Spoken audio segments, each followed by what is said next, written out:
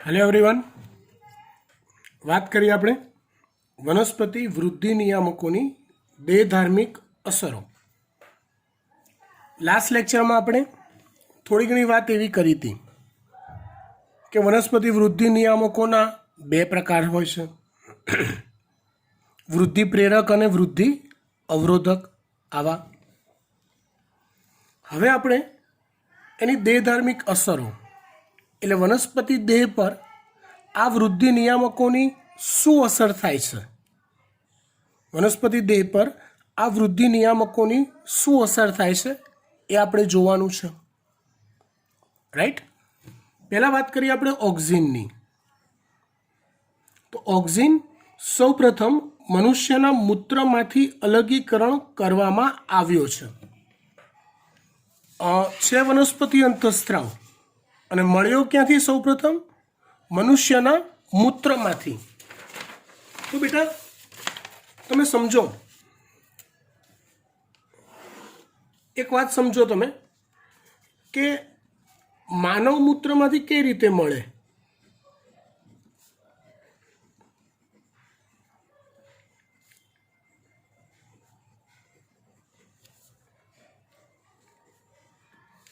તો રીઝન દુનિયા ગોળ છે, અથવા દુનિયાના દરેક સજીવ એકબીજા પર આધારિત હોય છે વનસ્પતિ અંતઃસ્ત્રાવ.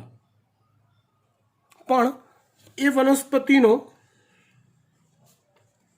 ખોરાક તરીકે ઉપયોગ મનુષ્ય તેમજ ઘણા બધા પ્રાણીઓ કરે છે. તો એ મનુષ્યના મૂત્રમાં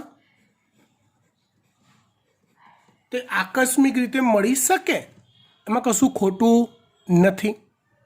છે વનસ્પતિ અંતઃસ્ત્રાવ, પણ સૌપ્રથમ એની શોધ માનવ મૂત્રમાંથી થઈ હતી. શામાંથી થઈ હતી? માનવ મૂત્રમાંથી.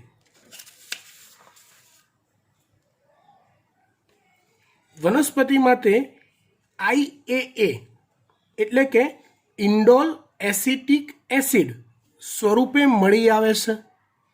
વનસ્પતિ માટે IAA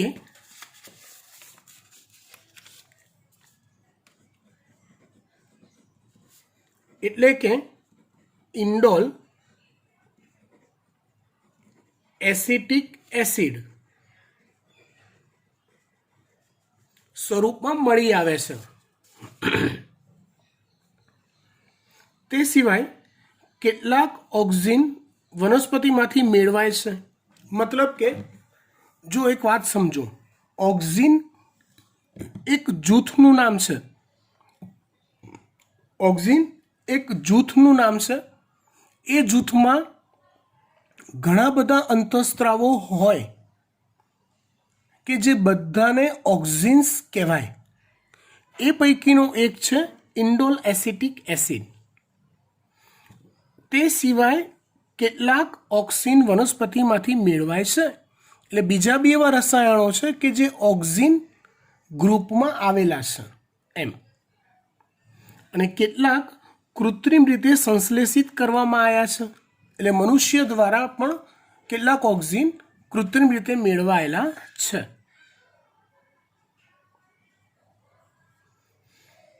વનસ્પતિમાં તેઓ પ્રકાંડ અને મૂળની ટોચના ભાગે ઉદ્ભવે છે. મૂળની ટોચનો ભાગ એટલે કે મૂલાગ્ર, પ્રકાંડની ટોચનો ભાગ એટલે કે પ્રરોહાગ્ર. ધારો કે વનસ્પતિ દેહ છે, તો મૂળની ટોચનો ભાગ એટલે આ મૂલાગ્ર, પ્રરોહની ટોચનો ભાગ એટલે આ પ્રરોહાગ્ર ના ભાગોમાં એ મળી આવે છે. કોણ? ઓક્સિન. ત્યાંથી તેનું વહન તેની અસર અનુભવતા ભાગો તરફ થાય છે. એટલે ઉદ્ભવે મૂલાગ્ર અને પ્રરોહાગ્રમાં, ત્યાંથી જ્યાં જ્યાં એની અસરની જરૂરિયાત હોય એ ભાગો તરફ એનું વહન થાય છે. વહન થાય છે તો વાહક પેશીઓ દ્વારા વહન થતું હોય. ઇન્ડોલ એસિટિક એસિડ અને IBA IBA मतलब थाय इंडोल ब्यूटेरिक एसिड।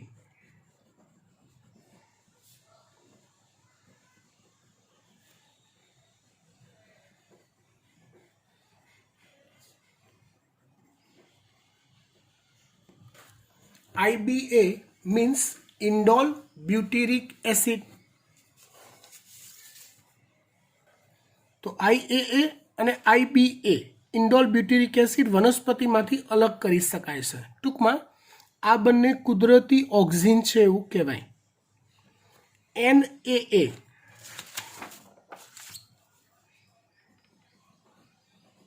मतलब नेप्थेलिन एसिटिक एसिड। NAA मतलब नेप्थेलिन एसिटिक एसिड अने 2,4-D 2,4-D એટલે થાય 2,4-डाइक्लोरो phenoxy acetic acid. Two four dichlorophenoxy acetic acid. NAA અને 2,4-D એ કૃત્રિમ ઓક્સિન છે। કેવા ઓક્સિન છે? કૃત્રિમ मतलब કે મનુષ્યએ એને નિર્માણ કરેલા છે। બધા ઓક્સિનની ઉપયોગિતા કૃષિ વિદ્યા અને બાગાયત વિદ્યામાં જોવા મળે છે। मतलब કુદરત રીતે વનસ્પતિ દેહમાં જે ઓક્સિન સર્જાય છે એની કુદરતી અસરો આપે છે વનસ્પતિ દેહમાં। પણ મનુષ્ય ખેતી ઉદ્યોગ કરે છે, બાગાયત ઉદ્યોગ એટલે ફળ ફળાદીના બગીચાઓનો ઉદ્યોગ પણ કરે છે। તો ઓક્સિનના ગુણોનો ઉપયોગ તે આ ઉદ્યોગમાં કરે છે પોતાના ફાયદા માટે। તેઓ પ્રકાંડની કલમમાં મૂળ નિર્માણ માટે ઉપયોગી છે। मतलब ઓલી કલમ કરવી નામની ઘટના તમે ભણી ચૂકેલા છો કે ભાઈ પ્રકારની શાખા હોય એને કટ કરી દીધી હોય આવી, તો આવી ત્રાસો કાપ મૂકી અને આ ભાગને જ્યારે જમીનમાં તમે સ્થાપિત કરો તો અહીંથી મૂળનું નિર્માણ થાય અને આખો નવો વનસ્પતિ દેહ બની જાય, જેને પ્રકાંડની કલમ કરી એવું કહેવાય। બરાબર? તો આ પ્રકાંડની કલમ કરવી હોય તો આ પ્રકાંડનું જે કટ કરેલો ભાગ છે એ ભાગને થોડોક સમય ઓક્સિનની અસર આપવામાં આવે છે અને પછી એનું જમીનમાં વાવેતર કરવામાં આવે તો ત્યાંથી અસ્થાનિક મૂળ બને છે। ત્યાંથી અસ્થાનિક મૂળ નિર્માણ પામે છે।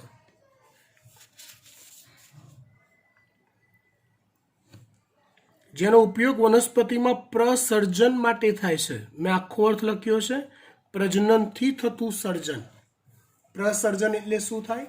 પ્રજનનથી થતું સર્જન કરવા માટે તેનો ઉપયોગ થાય છે। વનસ્પતિમાં પુષ્પ સર્જન પ્રેરે છે। દાખલા તરીકે અનાનસમાં કોણ? ઓક્સિન। તે વનસ્પતિના પર્ણો તેમજ ફળોને વહેલા ખરી જતા અટકાવે છે। એટલે હજી ફળ પૂરું પાક્યું ના હોય ને એ પહેલાં ખરી જવું, પર્ણ પૂરું વિકસ્યું ના હોય ને એ પહેલાં ખરી જવું, તો એ ક્રિયાને ઓક્સિન અટકાવે છે। તે જીર્ણ પર્ણો, જીર્ણ એટલે ઘરડા થયેલા, પીળા પડી ગયેલા, સુકાઈ ગયેલા પર્ણો અને ફળોના પતનને, જીર્ણ ફળ એટલે પાકી ગયેલું ફળ, જીર્ણ ફળ એટલે પાકી ગયેલું ફળ, તો એના પતનને પ્રેરે છે। मतलब ઘરડું થયું હોય તેની ખરી પડવાની પ્રક્રિયાને પ્રેરે છે। કુમળું પર્ણ હોય કે હજી કાચું ફળ હોય તો એને ખરી જતું રોકે, એનું પતન રોકે, અને પરિપક્વ થયેલું ફળ હોય કે ઘરડું થયેલું પર્ણ હોય તો એના પતનને પ્રેરે છે। કોણ? ઓક્સિન। તે મોટાભાગની વનસ્પતિમાં અગ્રકલિકાની વૃદ્ધિને પ્રેરે છે અને પાર્શ્વકલિકાની વૃદ્ધિને અવરોધે છે.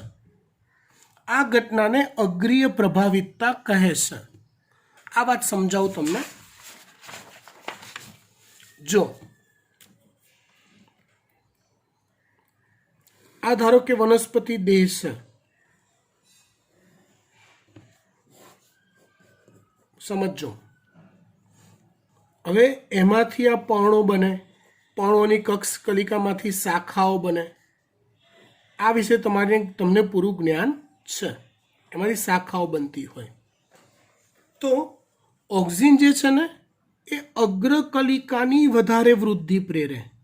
મતલબ એ વનસ્પતિની લંબાઈ વધે, એની શાખાઓથી રચાતો ઘેરાવો ઓછો વધે. વાત બરાબર ધ્યાનથી સમજવા ટ્રાય કરજો.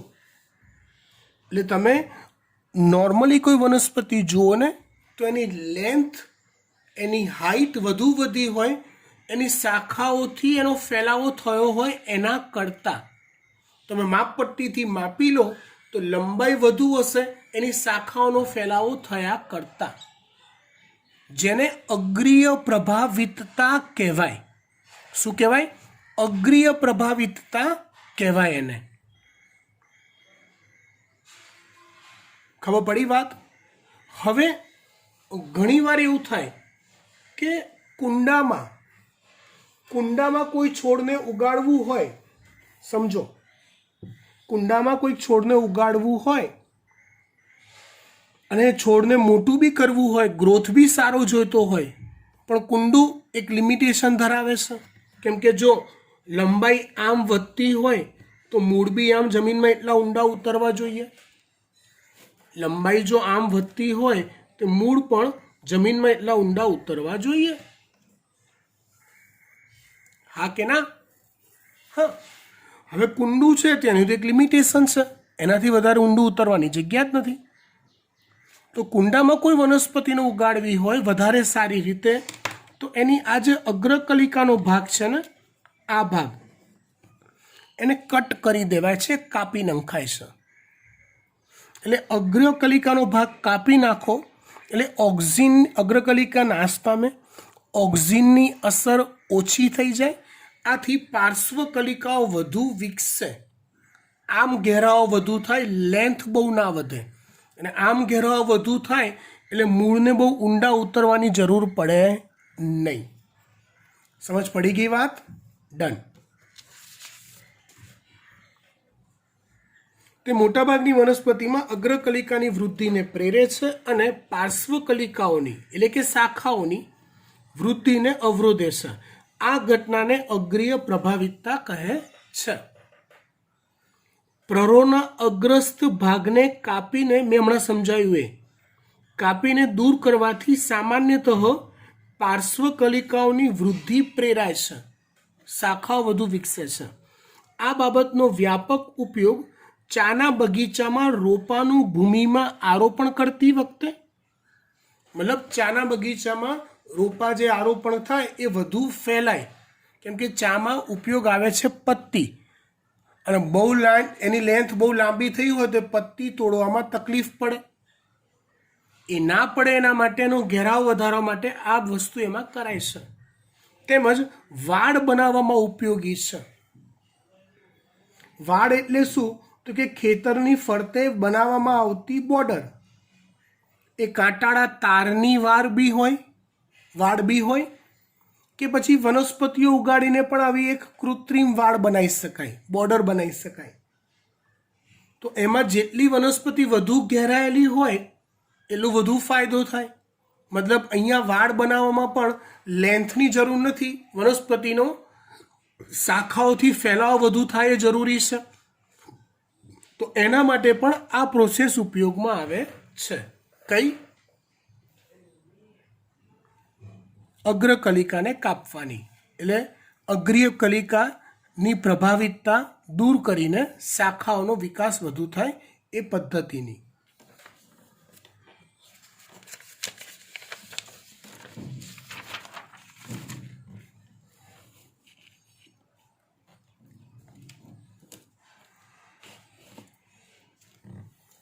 ઓક્ઝિન અફલિત ફળ વિકાસને પ્રેરે છે.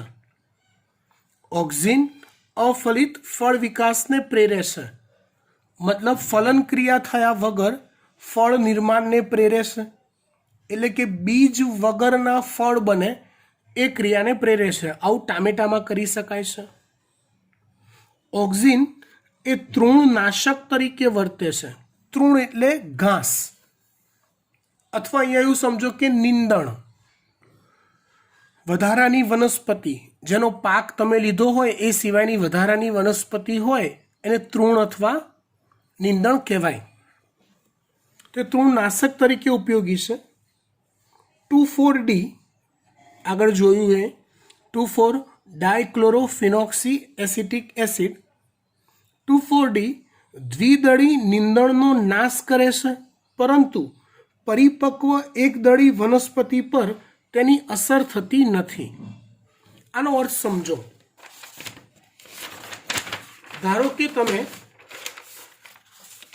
ધારો કે તમે ખેતરમાં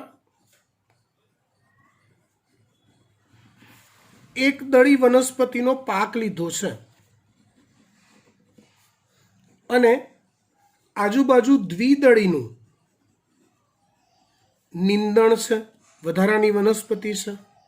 તો આવા સંજોગોમાં જો ખેતરમાં 2,4-Dનો છંટકાવ કરવામાં આવે તો એ પરિપક્વ એકદળી વનસ્પતિને ઇફેક્ટ નહીં કરે, પણ દ્વિદળી નીંદણ જે છે એનો નાશ કરી દેશે.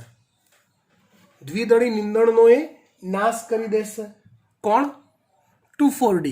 એટલે જ્યારે ખેતરમાં એકદળીનો પાક લીધો હોય અને વધારાની દ્વિદળીનો નાશ કરવો હોય, ઘાસફૂસનો એનો, તે નાશ કરવામાં 2,4-D મદદરૂપ થાય છે.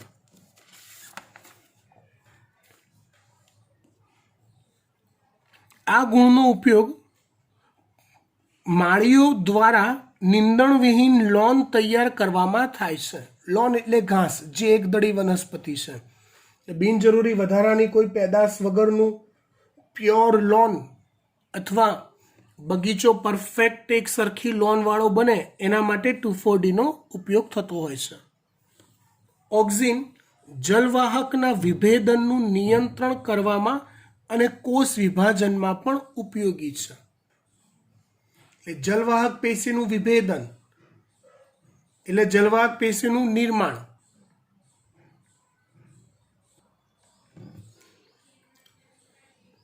એટલે જલવાહક પેશીનું નિર્માણની જે પ્રક્રિયા છે એને નિયંત્રણમાં રાખવાનું પણ કામ ઓક્ઝિન કરે છે.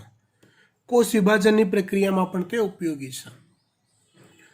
ઓક્ઝિનની વાત પૂરી થઈ ગઈ. ત્યાર પછી આપણે વાત કરીએ જિબ્રેલિનની. જિબ્રેલિન્સ તો એ અન્ય પ્રકારનો એક પ્રેરક PGR છે, પ્લાન્ટ ગ્રોથ રેગ્યુલેટર. જિબ્રેલિન્સ પણ એક સમૂહનું નામ છે જેમાં 100થી પણ વધુ જિબ્રેલિન્સ વિવિધ સજીવોમાં મળી આવે છે. એટલે 100થી પણ વધુ પ્રકારના રસાયણો જિબ્રેલિન્સ તરીકે વર્તે છે, જે અલગ અલગ સજીવોમાંથી મેળવાય છે. તેઓને GA1, GA2, GA3 આ રીતે નામ આપવામાં આવ્યા છે. GA1, GA2, GA3 આવા નામ આપવામાં આવ્યા છે. GA3 જિબ્રેલિક એસિડ સૌ પ્રથમ શોધાયેલ હતો. સૌથી પહેલા કોણ શોધાયેલો હતો? જિબ્રેલિક એસિડ, જેનો હાલ પણ સૌથી વધુ અભ્યાસ થયેલ છે. તેઓ એક વ્યાપક માત્રામાં વનસ્પતિમાં દેહધાર્મિક પ્રતિક્રિયા દર્શાવે છે, મતલબ દેહધાર્મિક પ્રક્રિયાઓ પર અસર દર્શાવે છે. તે અક્ષની લંબાઈ વધારવાની ક્ષમતા ધરાવે છે. એટલે વનસ્પતિની જે મુખ્ય અક્ષ હોય એની લેન્થ વધારવાનું કાર્ય કરે છે, જેથી દ્રાક્ષની દાંડીની લંબાઈ વધારવા માટે તેનો ઉપયોગ કરવામાં આવે છે.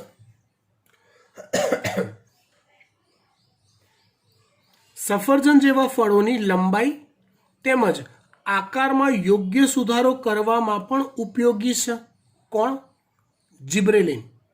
ફળોનો આકાર તેમજ લંબાઈ એમાં સુધારો કરવામાં પણ ઉપયોગી છે. તે વૃદ્ધાવસ્થાને ટાળે છે. વનસ્પતિમાં વૃદ્ધાવસ્થાને તે ટાળે છે, દૂર રાખે છે, જેથી ફળ વધારે સમય સુધી વૃક્ષ પર રહે છે. ફળ જો વૃદ્ધ થઈ ગયું પછી તો ખરી પડવાનું છે, રાઈટ? તે વૃદ્ધાવસ્થાને ટાળવાનું કામ કરે છે. કોણ? જિબ્રેલિન્સ. અને બજારમાં તેની ઉપલબ્ધતાનો સમય વધારી શકાય છે. મતલબ વધુ સમય સુધી બજારમાં એ ફળને જાળવી રાખવા હોય તો જિબ્રેલિન્સ ઉપયોગમાં આવે છે. GA3 નો ઉપયોગ, જિબ્રેલિક એસિડનો ઉપયોગ દારૂની બનાવટમાં ના ઉદ્યોગ એટલે કે આસવ ઉદ્યોગમાં માલ્ટિંગ ક્રિયાવિધિને ઝડપી બનાવવા પણ ઉપયોગમાં લેવાય છે. માલ્ટિંગ કરવું એટલે શું? તો જે તે ફળોના રસમાંથી દારૂ બનતો હોય તો એ ફળોને સૌથી પહેલાં સડાવવામાં આવે છે. તો એ સડો લાવવાની જે પ્રક્રિયા છે, ખરી પડેલા ફળો હોય પછી એમાં સડો લાવવો પડે બેક્ટેરિયલ પ્રક્રિયાઓ કરાવીને. તે સડો લાવવાની જે પ્રક્રિયા છે એમાં પણ જિબ્રેલિન ઉપયોગી છે, જેને માલ્ટિંગની ક્રિયા કહેવાય. આસવ ઉદ્યોગ એટલે શું?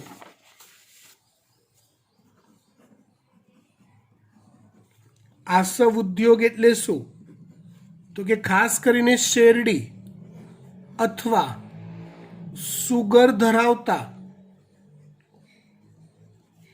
કોઈ પણ ફળ સડાવવાની પ્રક્રિયા.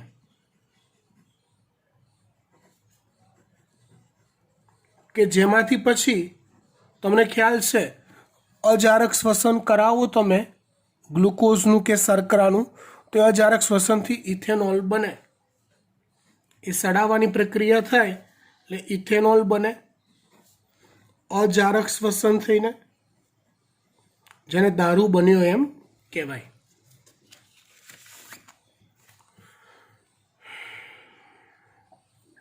શેરડીના પ્રકાંડમાં કાર્બોદિતો ખાંડ કે શર્કરાના રૂપમાં સંગ્રહિત રહે છે. શેરડીની ખેતીમાં જિબ્રેલિન્સનો છંટકાવ કરવાથી પ્રકાંડની લંબાઈમાં વધારો થાય છે. શેરડીમાં તમે જે ખોરાકમાં જે ભાગ લો છો એ શેરડીનું પ્રકાંડ લો છો, રાઈટ? તે પ્રકાંડની લંબાઈ વધે એટલે ઉત્પાદન વધ્યું કહેવાય. તો એ કામ આપણને કોણ કરી આપે છે? જિબ્રેલિન્સ કરી આપે છે.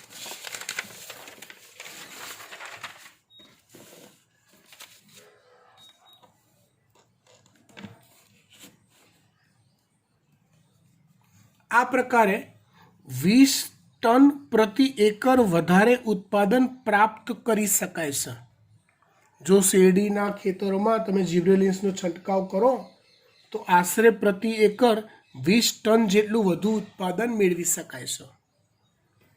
જિબ્રેલિક એસિડનો છંટકાવ કરવાથી તરુણ શંકુદ્રુમ વૃક્ષો, શંકુદ્રુમ વૃક્ષો એટલે કયા? અનાવૃત બીજધારી, જે ઠંડા પ્રદેશમાં પહાડો પર જોવા મળે એવા. અનાવૃત બીજધારી ઠંડા પ્રદેશોમાં પહાડો પર જોવા મળે એવા. તો શંકુદ્રુમ વૃક્ષોમાં તીવ્ર ગતિથી પરિપક્વતા આવે છે.